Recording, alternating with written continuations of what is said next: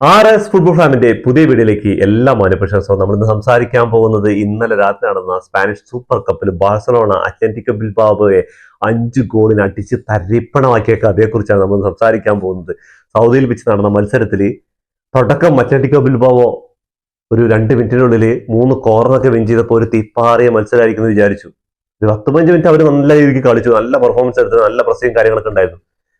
Ferran ടോറസിന്റെ first goal വന്നതോടുകൂടി പിന്നെ Atletico Bilbao എന്താ ചെയ്യുന്നത് അവർക്ക് തന്നെ അറിയില്ല. ഡിഫൻസും ഇല്ല, അറ്റാക്കിങ്ങും ഇല്ല, മിഡും ഇല്ല, ആകെ തരിപ്പണായ ഒരവസ്ഥ.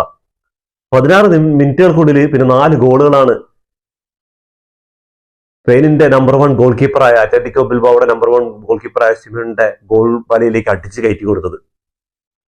വേൾഡ് കപ്പ് സ്ക്വാഡിൽ സ്പാനിഷിന്റെ നമ്പർ 1 ഗോൾ കീപ്പറാണ്.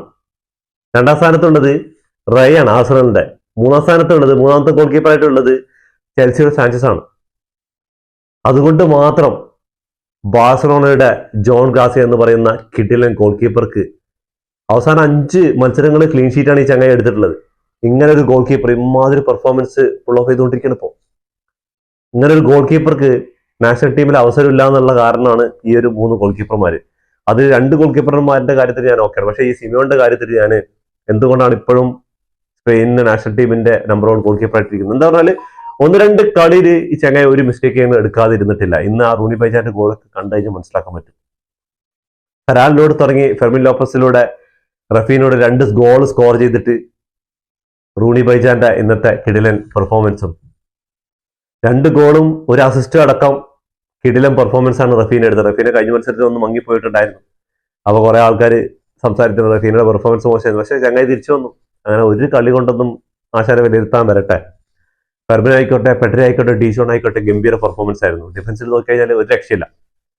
ജോൺ ഗ്രാസിയ എന്ന് പറയുന്ന ഗോൾ കീപ്പർ ഇന്നും ക്ലീൻ ഷീറ്റ് നേടിയിട്ടാണ് സൗദിയിൽ മടങ്ങിയത്. സെക്കൻഡ് ഹാഫിലാണ് റാഷ്ഫോർഡും യമാലൊക്കെ ഇറങ്ങിയതെന്നുള്ള കാര്യമാണ്. അങ്ങനെ കിട്ടിയതൊരു പെർഫോമൻസ് 5 ഗോളിൽ നിർത്തിയതാന്ന് പറയാം ബാഴ്സലോണ. സെക്കൻഡ് ഹാഫ് ശരിക്കും ബോറടിച്ച് കളി കണ്ടെന്ന് പറഞ്ഞാൽ എന്താ പറഞ്ഞാൽ വെറുതെ ഇരുന്ന് ഇങ്ങനെ ബോൾ ഇങ്ങനെ ഉരുട്ടിക്കൊണ്ടിരിക്കുന്നുണ്ട്. അത് കണ്ടുകൊണ്ട് നമ്മളിങ്ങനെ വെറുതെ ഇരുന്ന് ബോറടിക്കായിരുന്നു.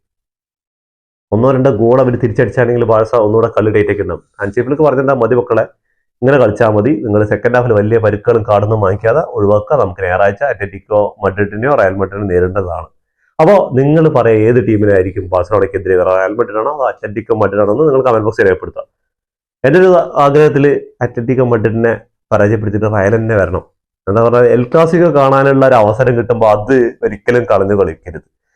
ഈ സീസണിൽ ആദ്യ എൽ ക്ലാസിക്കോ റയൽ മഡ്രിഡ് ജയിച്ചിട്ടുണ്ട്. കഴിഞ്ഞ സീസണിൽ 4 എൽ ക്ലാസിക്കോയും ബാഴ്സലോണ ജയിച്ച് റയലിനെ തരിപ്പണാക്കിയിട്ട് വന്നാണ്. ഈ സീസണിന് പകരം വീട്ടിക്കൊണ്ടിരിക്കുകയാണ്. അപ്പോൾ അടുത്ത എൽ ക്ലാസിക്കോ വരികയാണെങ്കിൽ എന്തായിരിക്കും എന്നുള്ളത് നിങ്ങളൊന്ന് കമന്റ് ബോക്സിൽ രേഖപ്പെടുത്തുക. റയൽ ജയിക്കോ ബാഴ്സ ജയിക്കോ എന്നുള്ളത്. അതിനെന്തായാലും ഇന്നത്തെ കളി റയൽ ജയിച്ചിട്ട് വരണ്ടല്ലേ. അപ്പോൾ അതിനായി കാത്തിരിക്കാം. ഇന്ന് നടക്കാൻ പോകുന്ന മാഡ്രിഡ് ഡെർബിയിൽ റയൽ മഡ്രിഡ് ആവോ അതോ അത്ലറ്റിക്കോ മഡ്രിഡ് ആയിരിക്കോ ബാഴ്സലോണ എതിരാളികൾ നമുക്ക് കാത്തിരുന്ന് കാണാം. അതേപോലെ തന്നെ ഇന്നലത്തെ ആ ഒരു മത്സരം കണ്ടപ്പോൾ എനിക്ക് ബാഴ്സലോണയുടെ ഹോം ഗ്രൗണ്ടാണ് തോന്നിപ്പോയി. ശരിക്കും എന്ന് പറഞ്ഞാൽ ഒരു 95% ബാഴ്സലോണയുടെ ഒരു ആരാധകരായിരുന്നു ഉണ്ടായിരുന്നത്.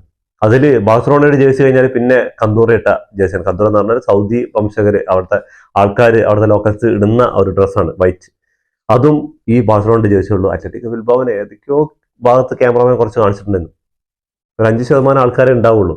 ബാക്കി ബാഴ്സലോണയുടെ ഹോം ഗ്രൗണ്ട് പോലെ ക്യാമ്പ് നോ പോലെ ആ ഒരു ചിയറിങ്ങും അതേപോലെ അവിടുത്തെ ഒരു ക്രൗഡും കാര്യങ്ങളൊക്കെ ഉണ്ടായിരുന്നു. അപ്പൊ പിന്നെ എന്തായാലും അത് കിട്ടിയല്ലേ പറ്റൂ. സ്റ്റാർട്ടിങ് തന്നെ 2 മിനിറ്റിനുള്ളിൽ തന്നെ 3 കോർണർ കിക്കുകളാണ് അത്ലറ്റിക്കോ ബിൽബാവോ കിട്ടിയത്.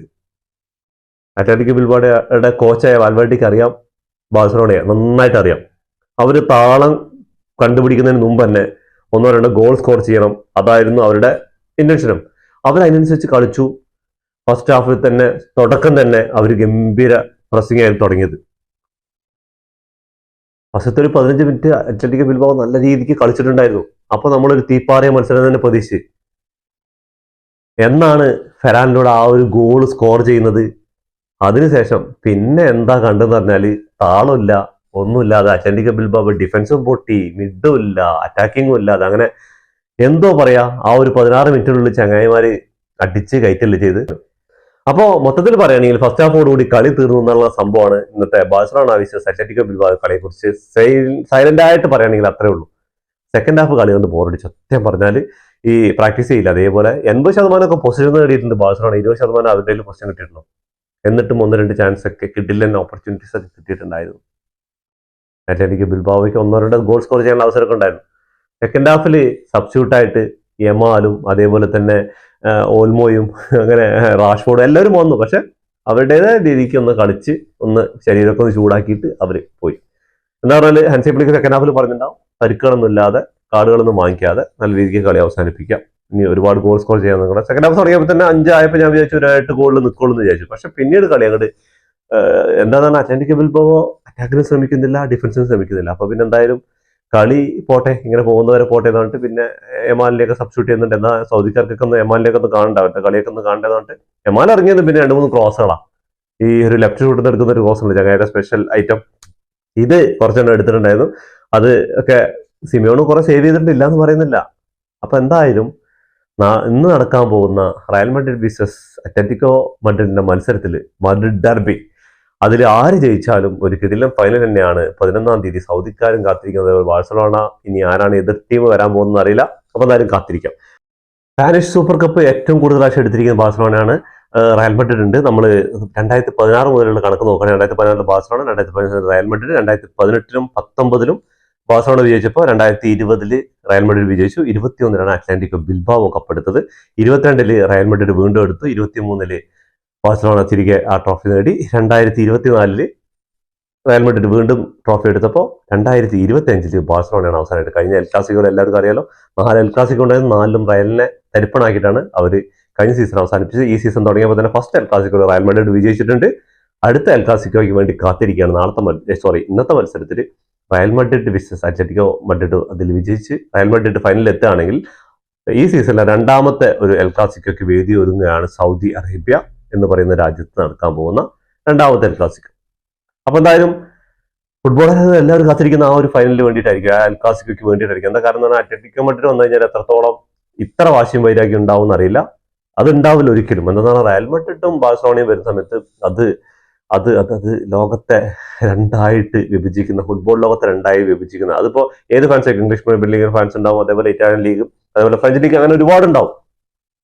ഇതൊക്കെ എടുത്ത് നോക്കുകയാണെങ്കിലും ഈ ഒരു കളി വരുമ്പോൾ റയൽ മാഡ്രിഡിനെ സപ്പോർട്ട് ചെയ്യാൻ കുറെ പ്ലേയേഴ്സ് ഉണ്ടാവും, കുറെ ഫാൻസ് ഉണ്ടാവും, അതേപോലെ തന്നെ ബാഴ്സലോണയെ സപ്പോർട്ട് ചെയ്യാൻ കുറെ ഫാൻസ് ഉണ്ടാവും. അപ്പൊ എന്തായാലും തീ പാറിയ ഒരു മത്സരം തന്നെയാണ്. അപ്പൊ ഇന്നത്തെ കളിയിൽ എടുത്തു പറയേണ്ട പെർഫോമൻസ് എന്ന് പറഞ്ഞാൽ റഫീനയുടെ പെർഫോമൻസ് കിട്ടുന്നുണ്ടായിരുന്നു. റഫീന 2 ഗോളും 1 അസിസ്റ്റ് നേടിയിട്ടുണ്ട്. ഫെറാന്റെ പെർഫോമൻസ്, അതുപോലെ ഫെർമിന്റെ പെർഫോമൻസ്, ലെവൻഡോസ്കിയൊക്കെ അവിടെ ബെഞ്ചിൽ ഇരുത്തിയിരിക്കുകയാണ്. ഫെറാന് ഈ സീസണിൽ 14 ഗോൾ അടിച്ചു കൂട്ടിയിട്ടുണ്ട്. ഫെർമിന് ഈ സീസണിൽ 8 ഗോൾ അങ്ങനെ സ്കോർ ചെയ്ത് കഴിഞ്ഞു. മൊത്തം ഗോളിന്റെ അസിസ്റ്റ് 14 അങ്ങനെ എടുത്തിട്ടുണ്ട്. അപ്പൊ എന്തായാലും എല്ലാവരും റൂണി ബൈജാന് കിട്ടിയ ചാൻസ് ചങ്ങായി മുതലെടുത്തു, നല്ല വിങ്ങുകളിലൂടെ. ഫസ്റ്റ് എനിക്ക് തോന്നിയ ഒരു 10-15 മിനിറ്റ് കണ്ടപ്പോൾ യമാൽ ഉണ്ടായിരുന്നെങ്കിൽ ചുരുങ്ങിയത് 1-2 പ്ലേയേഴ്സ് യമാലിനെ ബ്ലോക്ക് ചെയ്യാൻ വേണ്ടി വരും. ആ സമയത്ത് റഫീനിയും മറ്റുള്ളവർക്ക് ഫ്രീ ആയി കളിക്കാൻ പറ്റുന്നുള്ളൊരു തോന്നലുണ്ടായിരുന്നു. പക്ഷെ ഫസ്റ്റ് ഗോൾ സ്കോർ ചെയ്യുന്നതോടുകൂടി കളിയൊക്കെ മാറാൻ കിടക്കും. അത് ഫെറാന്റെ ഒരു കിടിലൻ ഗോളിലൂടെയാണ്. അതിനുശേഷം ഫെർമിൻ ഗോൾ അടിക്കുന്നത്, അതിനുശേഷം റഫീനെ ഗോൾ അടിക്കുന്നത്, അതിനുശേഷം റൂണി ഒരു കിടിലൻ ഗോള് ഗോൾ കീപ്പർ അടി കൂടെ താങ്ങി കൊടുക്കുന്നുണ്ട്. അപ്പോൾ അത് കഴിഞ്ഞിട്ട് സെക്കൻഡ് ഹാഫ് തുടങ്ങി റഫീനിയ കിടിലൻ ഒരു ഗോൾ സ്കോർ ചെയ്യുന്നുണ്ട്. അതിനുശേഷം കളി പിന്നെ മന്ദഗതിയിലാക്കി, കളിയൊക്കെ സ്ലോ ആക്കി, അങ്ങനെ പോയിക്കൊണ്ടിരിക്കുകയാണ്. അപ്പൊ മൊത്തത്തിൽ പറയുകയാണെങ്കിൽ ഡിഫൻസ് വൈസ് നോക്കുകയാണെങ്കിൽ നല്ല ഡിഫെൻഡ് ചെയ്തിട്ടുണ്ട് കേട്ടോ. ഒന്ന് ഗംഭീര ഡിഫൻസ് ആണ് ഇന്ന് ബാഴ്സലോണയുടെ ഭാഗത്ത് നോക്കിക്കഴിഞ്ഞാൽ. എറിക് ഗ്രാസിയും അതേപോലെ തന്നെ കുബാർസിയാണ് സെന്ററിൽ ഉണ്ടായിരുന്നത്. ബാൽഡിയും കുണ്ടൻ ലെഫ്റ്റും റൈറ്റും ഉണ്ടായിരുന്നത്. നമ്മൾ സെന്റർ മിഡ്ഫീൽഡ് കളിക്കുന്ന 3 പേര് എന്ന് പറഞ്ഞാൽ ഡിജോണും ഫെർമിനും പെഡ്രി ഉണ്ടായിരുന്നു. പെഡ്രിയുടെയൊക്കെ ക്ലാസ് പെർഫോമൻസ് ആയിരുന്നു. ഓരോ പാസുകളും കാര്യങ്ങളൊക്കെ കാണും നിങ്ങൾ, ഗംഭീരമായിരുന്നു. അപ്പോൾ കളി കണ്ടവർക്ക് മനസ്സിലാക്കാൻ പറ്റും. അപ്പോൾ എന്തായാലും നാളെ മുതൽ ഇനിയിപ്പോൾ ഇതിന്റെ റീലുകളായിരിക്കും സൗദി അറേബ്യയിൽ നിന്ന് ഇങ്ങനെ ഇൻസ്റ്റാഗ്രാമിലും ടിക്ടോക്കിലൊക്കെ ഇങ്ങനെ വീഡിയോകൾ വന്നുകൊണ്ടിരിക്കും. എന്താ പറഞ്ഞാൽ അവിടെ ഒരുപാട് മലയാളികൾ, നമ്മുടെ സുഹൃത്തുക്കൾ ഒരുപാട് പേര് പോയി കളി കാണാൻ പോയിട്ടുണ്ട്. അപ്പോൾ എന്തായാലും നാളെ ആ വീഡിയോകളൊക്കെ കാണാൻ പറ്റും. നമുക്കപ്പോൾ ഇവരുടെ സ്റ്റാറ്റസിലേക്ക് ഒന്ന് കിടക്കാം. നമുക്ക് ഇവരുടെ സ്റ്റാറ്റസ് ഒന്ന് പരിശോധിച്ച് നോക്കിക്കഴിഞ്ഞാൽ 14 ഷോട്ടുകളാണ് ബാഴ്സലോണ എടുത്തിട്ടുള്ളത്. അതിൽ 9 എണ്ണം ഓൺ ടാർജറ്റിലേക്ക് ഉണ്ട്.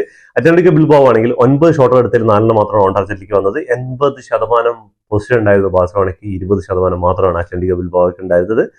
എന്താ പറയുക, സെക്കൻഡ് ഹാഫിൽ പിന്നെ ബാഴ്സന്റെ കയറ്റിനായിരുന്നു ഗോൾ കൊടുത്തിട്ടില്ല. കിട്ടിയ അവസരങ്ങളൊക്കെ 1-2 അവസരങ്ങളെ കിട്ടി, അത് അവർക്ക് മുതലാക്കാനും പറ്റില്ല. അതേപോലെ 6 ഫൗൾ കമ്മിറ്റ് ചെയ്തപ്പോൾ ഇവിടെ 7 ഫൗൾ കമ്മിറ്റ് ചെയ്തിട്ടുണ്ട്. ഓഫ് സൈഡ് നോക്കുകയാണെങ്കിൽ 2 എണ്ണം ബാഴ്സലോണ ഭാഗത്ത് ഉണ്ടായപ്പോൾ 6 ഓഫ് സൈഡ് അവിടെ അത്ലറ്റിക്കോ ബിൽബാവോ ഉണ്ടായിരുന്നു. 5 കോർണേഴ്സ് 2 ടീം വിൻ ചെയ്തിട്ടുണ്ട്. അപ്പോൾ അവസാനമായിട്ട് നല്ല മത്സരങ്ങളിലൊന്നും അത്ലറ്റിക്കോ ബിൽബാവോയ്ക്ക് ബാഴ്സലോണയുടെ മേലെ വിജയിക്കാൻ കഴിഞ്ഞിട്ടില്ല എന്നുള്ള കാര്യമാണ്. അപ്പോൾ തീർച്ചയായിട്ടും എല്ലാവരും കാത്തിരിക്കുന്നതിന് ക്ലാസിക്കൊക്കെ വേണ്ടിയിട്ടായിരിക്കും. അപ്പോൾ ഇന്നത്തെ മത്സരം കഴിയാൻ വേണ്ടി നമുക്ക് കാത്തിരിക്കാം. ഇതോടുകൂടി ഈ വീഡിയോ അവസാനിക്കുന്നു. ഫുട്ബോൾ ലോകത്തെ പുതിയ വിശേഷങ്ങളുമായി വീണ്ടും കാണാം. ഈ വീഡിയോ ഇഷ്ടപ്പെട്ടാൽ ലൈക്ക് ചെയ്യുക, ഷെയർ ചെയ്യുക, സബ്സ്ക്രൈബ് ചെയ്യുക.